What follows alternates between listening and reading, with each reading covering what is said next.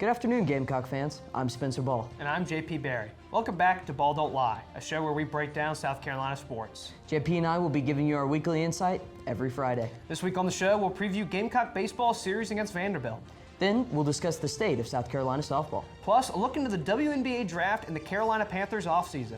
And without further ado, welcome to Ball Don't Lie. Welcome to the Kennedy Greenhouse Studio. I'm Spencer Ball. And I'm JP Barry. When you get it all right, you can hear that, and it just flies out of Founders. And 18-year-old phenom Gigi Jackson has really turned his play up a notch. I'm almost 2 years older than Gigi Jackson. He's doing things I couldn't even dream of doing. They're the Golden Gamecocks. They're just so much fun to watch. What a historic year for them. This is Ball Don't Lie.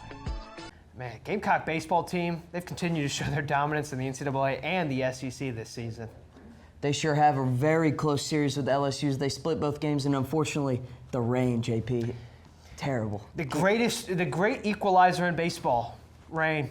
Gamecocks had a sizable lead in Game 2 as we left y'all off with a little cliffhanger. We were up 7-3, but the Gamecock bullpen couldn't hold it down against the number one team in the country. But that's a tall ask of them being back-to-back days due to the first game's rain delay. Still a great result. Gamecocks up to number 2 in RPI. They're still 6th in the polls, and they sit in 2nd in the SEC East. Right fielder Ethan Petria, SEC Player of the Week, man. What a performance he put up against LSU. Seems like every week we're mentioning a new accolade that he's bringing in, whether it's a freshman one, a national one, an SEC award. It's hard to tell with this guy. He's just too good. And, of course, this Gamecock team, they've really made a name for themselves this year, hitting the long balls. They sit top of the nation. They're 3rd in walks, 5th in hit by pitch, as well as slugging percentage. Yeah, and it's not just from the plate. Gamecock baseball, top 10 in hits per 9, walks per 9, and team ERA. But, the calling card of this team is that long ball. We got 2 guys who are top 5 in the country in home runs, and Casas and Petri.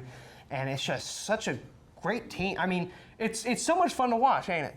It sure is, and those other stats I mentioned, the walks and the hit by pitch, it's so important because the more people they get on base, the more chances they get to, swing for the fences, and they've done that at an unprecedented rate this year, especially, compared to last year's team. It's such a surprise to see this team struggle to hit the long ball all year last year, and this year it's just like the switch is turned on, and they're just driving it out of the park. I think a lot of it comes down to the approach. I mean, last year, Mark Kingston talked a lot about how every time we come up to the plate, we're trying to do something different. And this year, it's more of a consistent, all right, we're just going to get on base no matter what. I think that says a lot about the mindset Mark Kingston and Monty Lee have instilled in the team going into this year. And, they're reaping the benefits of it. Not only do they get on base, but when they get on base, they're driving guys in. I remember last year, they left a lot of guys on base. We'd come into an inning, be on the precipice of having a big inning, maybe blowing a game open, extending a lead, or taking the lead, and then something would fall apart, and now they're cashing in on these opportunities, and that's all they can ask of them. They sure are, and you talked about the pitching on this team. I mean, Will Sanders looking more of his freshman and sophomore year self as the season has progressed, but Noah Hall has been the ace all year long. Unfortunately, kind of struggling with some injuries right now, but Jack Mahoney, he's kind of that quiet guy on Sunday. Yeah. But let me tell you, that quiet guy is absolutely humming the ball. Absolutely. I mean, he looked great against LSU in Game 2 last week. I said last year. But that would have been an outstanding sweep if we could have completed it. But taking 1 out of 2 from the top team in the country, certainly nothing to scoff at. And leading for about 95% of that exactly. Second game. I mean, until the 8th inning, the Gamecocks were on top the whole time. Mm-hmm. And it's about having a short memory. You can't go into this, and they showcased that brilliantly against a solid USC Upstate team in that midweek. They got on base. They took their pitches. I think they had 4 bases-loaded walks in that game. So this team, they're not going to be aggressive. They're going to be aggressive, of course. They have hit 78 home runs, but they're not going to be too aggressive. They're not going to reach out and swing at bad pitches. They know their limits. Exactly. They know what it is, and what it is. Getting on base, walking, cashing in on runners in scoring position. And the Gamecocks, they're going to need to do that, but a lot of other teams are too this weekend. Lots of series. Last night we got LSU, Kentucky, the Tigers going back to the Bayou, and then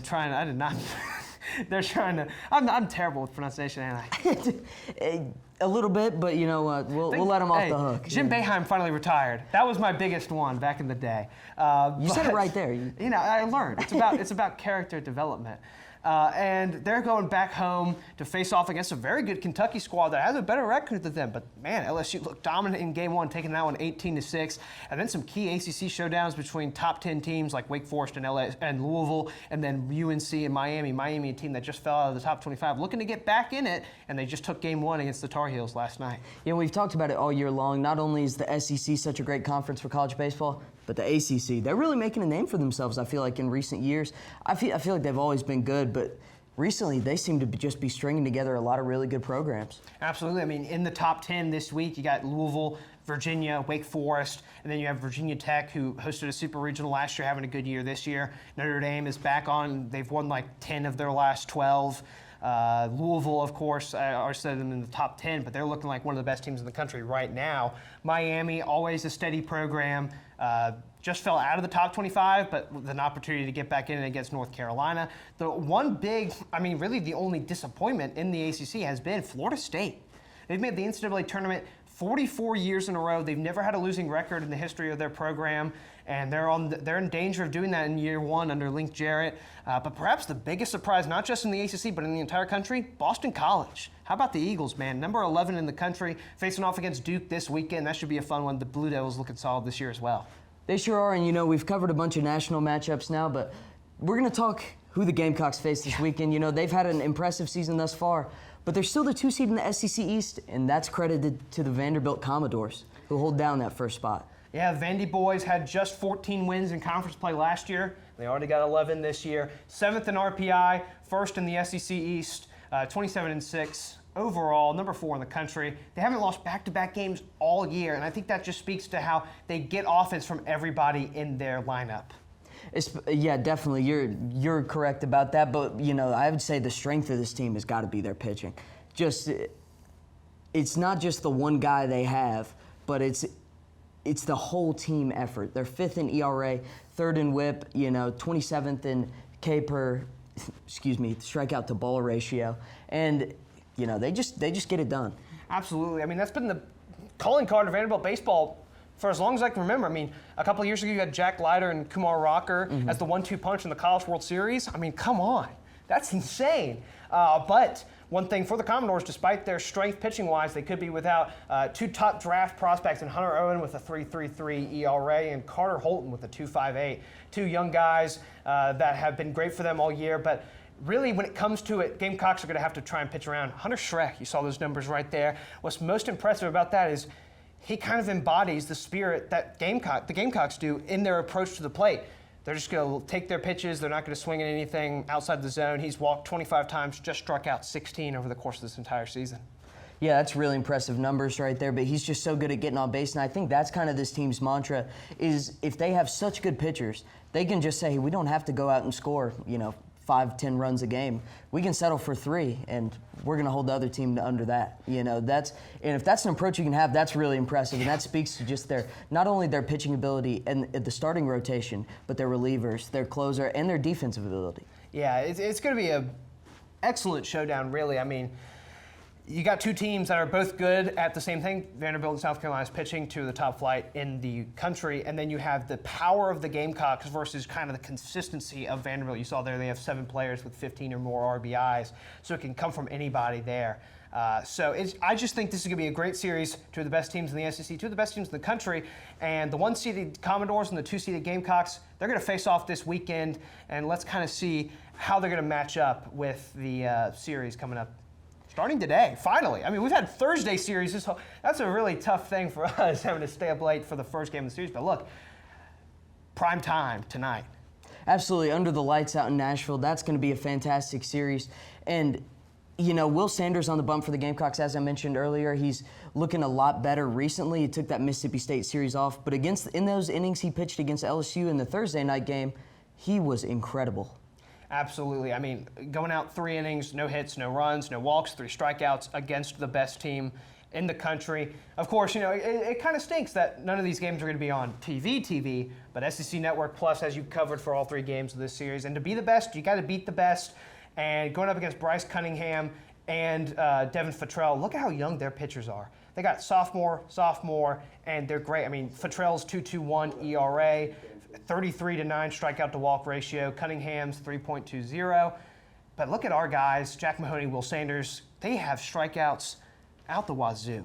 I love our starting pitching. It's so much fun to watch, but I'm really interested to see who we pitch in that third game. If Noah Hall's healthy, if he can go, but if he can't, you have a wealth of arms there. Perhaps Jerzenbeck, perhaps Hicks, perhaps Matthew Becker, someone from the bullpen, maybe just Eli a bullpen Jones game. even. Eli Yeah. Jones, people who have made starts in midweek games. But it's great to have options, and that's the great thing about what South Carolina has this year. We've kind of been safe from the injury bug, Noah Hall, Will McGillis, but outside of them, nothing huge, and we're going to kind of see that depth is going to be tested this weekend on the road in Nashville. It certainly is, but one thing I wanted to point out, LSU's pitching is incredible. But the Gamecocks, they managed to put up runs. That's something to take a look at. Although Vanderbilt's pitching, of course, they've got all the numbers. But have they faced a team as good as the South Carolina Gamecocks? I think that's going to be really put to the test this weekend. As we saw, Paul Skeens, he pitched pretty well. 3 innings, and he allowed 2 earned runs before the rain delay. They pulled him after that. But we were kind of robbed of a Will Sanders Skeens showdown. That would have been electric. And it was looking great through 3, but. They managed to hit the ball off of Paul Skeens projected a top 5 pick in the MLB draft. And a lot of these Vandy pitchers, they are projected really high in the draft, and for good reason. But we'll see if they've faced the talent that South Carolina brings to the table. And I think this series is going to be incredible. I mean, week in and week out. How about SEC baseball? It's nothing like it. It's the first not going to get easier for Carolina. We got Florida coming to town next week, and then going on the road to Arkansas, Kentucky as well, another top 15 team, and then you end the season with the defending SEC champion Tennessee Volunteers. I mean, you wouldn't have it any other way.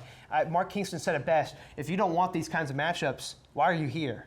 Or why are you in South Carolina? Why are you in the SEC if you are scared of going? It's iron sharpens iron, baby, and that's the great thing about baseball. And Ric Flair said it best. To be the best, you got to beat the best. And after the break, we'll take a look at the upcoming week for South Carolina softball.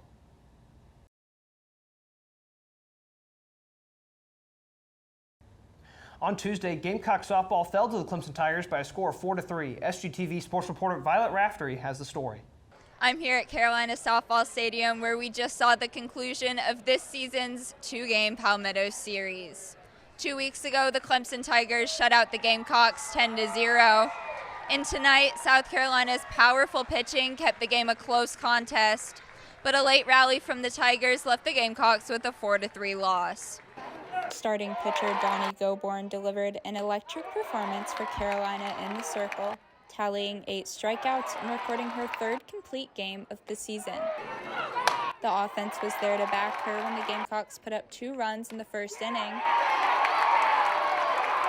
but scoring was silent for a while after that. The Tigers' 1 run in the top of the 3rd marked the only player to make it home until the 7th inning. In the top of the 7th, the Tigers rallied to stay alive in the game and took the lead off a 3-run homer. Despite a solo shot from sophomore Marissa Gonzalez that gave the Gamecock fans hope, Clemson closed out the game with a final score of 4-3 Tigers. While the Clemson Tigers sweep the Palmetto series this season, the Gamecocks look to get back on track this Friday when they host the Texas A&M Aggies at 6 p.m. For SGTV News 4 Sports, I'm Violet Raftery. It's such a heartbreaking loss to Clemson that was, as they led for the majority of that game and played great, because Clemson, they are a fantastic softball team, top 5 in the nation. Yeah, and it's especially impressive because Clemson's better. This is South Carolina's 50th season in softball. This is Clemson's, 4th? I mean, their program has really come out of nowhere and risen to the top, but you welcome that sort of competition in-state from your biggest rival. That's what makes games like that so great. Even though you lose, you just went toe-to-toe with the top 5 team. That's been my favorite thing about this Gamecock softball team. No matter the opponent, whether it's Florida, Alabama, or Clemson, they're always going to be up to the test, and even if they bow out at the end, you can be proud of how they played. Certainly. Their series against Alabama, they played 3 really close games, took one of them. In that middle game, they got no hit by possibly the best pitcher in the country, Montana Fouts. She's incredible, but they managed to hang in every game. It's very admirable, but I think it's definitely something to build on, as this team is pretty young. Yeah, that's always the most encouraging sight. When you have a young team coming off a couple tough years, how are they going to respond in these close games? Well, the first part of a rebuilding program is getting in close games in the first place, and that's the step that South Carolina is now. The next step is, of course, being able to go over the top and win those close games. South Carolina's, they're going to have to start doing that, and I have all the faith in the world that they're going to do that and continue to build recruiting-wise, development-wise, and these next couple of years in Columbia could be something special. Absolutely, and they're led by Riley Blampede, who's having a phenomenal year behind the plate. You know, the rest of the team, outside of a few hitters, has kind of struggled a little bit to be consistently really good at swinging the bat, but she has done it at such an incredible rate, batting .324 in the season. She's the team's hit leader with 36, team's RBI leader with 35, and tied for the stolen base leader with 14, and she just does it all. She's the Ronald Acuna Jr. of softball, many are saying, and it's just a joy to get to watch her play, and I'm really, it's about making the tournament. I think that's definitely possible, still top 35 in RPI, and I think that South Carolina, they're going to have a good end of this year. If they can get that, have a nice performance in the SEC tournament and the NCAA tournament, that's a great season to build momentum off going into the next season. It sure is, and I'm sure if you're a Gamecock softball fan or just a member of the team, they've got this weekend circled, the series against Mississippi State right here at Beckham Field, kicking off tonight. I think it's going to be a really close series, as Mississippi State is ranked 23rd in the country. And for the Gamecocks, you got to think they're looking to take 2 or 3, get that second series win, of the season. And yeah, you go from facing top 5 teams like Clemson, top 12 teams like Alabama and Florida, that facing the number 23 team in the country, it loses a little bit of its luster. And it feels like, we played these top teams so tough, so close. Now that we get a top 25 team, number 23 in the country, we can do this. There's no doubt in their minds. And I'm excited to watch them. I think they're going to take 2 out of 3. I think it should be a really fun series. Absolutely. Moving on, hold on to your chairs. Ball don't lie, we're taking our first look into professional sports as the Lady Gamecocks proudly represented USC at the WNBA draft this Monday. And man, what a performance. South Carolina had almost as great a performance in the WNBA draft as they did on the court this season. 5 out of 5 of Gamecocks that entered the draft were selected by a team, had the number 1 overall pick with Aaliyah Boston going to the Indiana Fever, and the number 8 pick with Letitia Amaher going to the Atlanta Dream. Back to your pronunciation, Letitia and me here. I'll call you out on it. But 3 top 10 picks. Incredible stuff from the Gamecocks, and Dawn Staley was there to show her support. And it's incredible to see, all 5 of 5 Gamecocks end up on a professional team after their incredible careers here in Columbia. And I think the WNBA can only grow behind these college legends. Yeah, it's been a very interesting kind of phenomenon to watch as these players that are superstars in college go into the WNBA and viewership is going up. We're seeing a lot of teams consolidating talent, and that leads to these other teams getting these highly touted college superstars like Aaliyah Boston, like Zaya Cook, and soon to be Caitlin Clark, Angel Reese, and all of them going into it. It's gonna be a lot of fun, and rumblings, rumors, of course, of expansion with any pro league team, or pro league, but a team in Charlotte, bringing back the Charlotte Sting perhaps, that could be a really fun thing to watch. Of course, we gotta make sure that Dawn Staley doesn't get too much of a pay raise by them, but. Sure, and I think it's great that we kind of get to see the women's collegiate sports pave the way right into the pro sports. I think it's incredible they're growing the game at the college level and at the pro level. It's just huge for women's sports as a whole. Yeah, absolutely. We saw it with the WNBA or the NCAA tournament for the women, how outstanding the viewership was. But it's only getting better. It was a record year the year before that, an even bigger record year this year. And with Caitlin Clark entering another year of eligibility, South Carolina looking to get revenge, all these top teams returning talent, I feel like next year's NCAA tournament for the women's is going to be even better. It's going to be great. Yeah, and continuing in pro sports, the Carolina Panthers have made some mighty impressive moves in free agency and through trades. Let's take a look at this offseason so far for the Panthers. For better or for worse, both JP and myself are Panthers fans.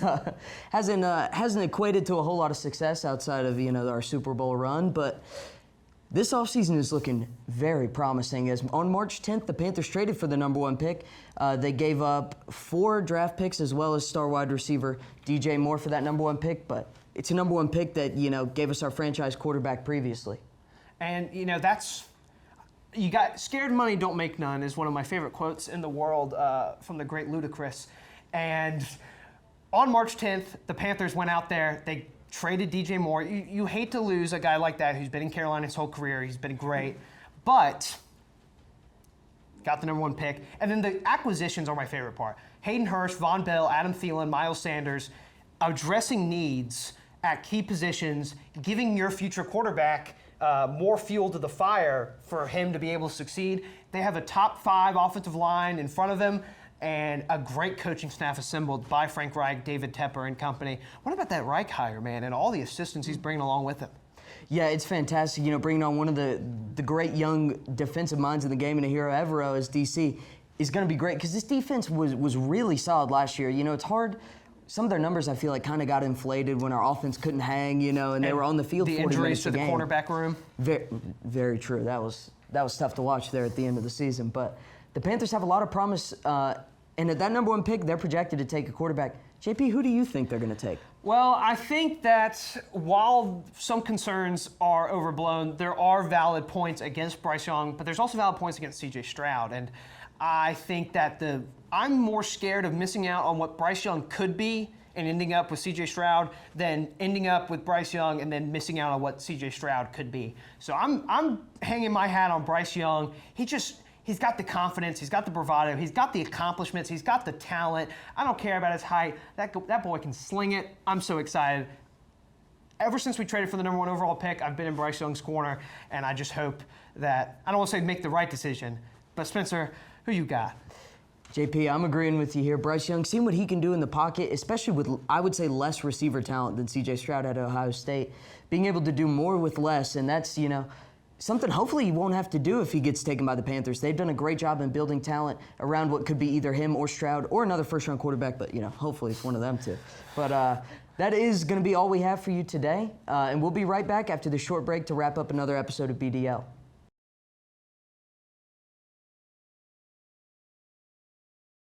And that's going to wrap up this season of Ball Don't Lie. Be sure to follow us on Instagram, Twitter, and Facebook at SGTV at USC, and be on the lookout for summer content from the BDL crew. To keep up with all of our content, be sure to also visit us online at sgtvonline.com. For SGTV News 4 Sports, I'm JP Barry. And I'm Spencer Ball. From all of us here at SGTV, have a great weekend, Carolina. Forever to thee.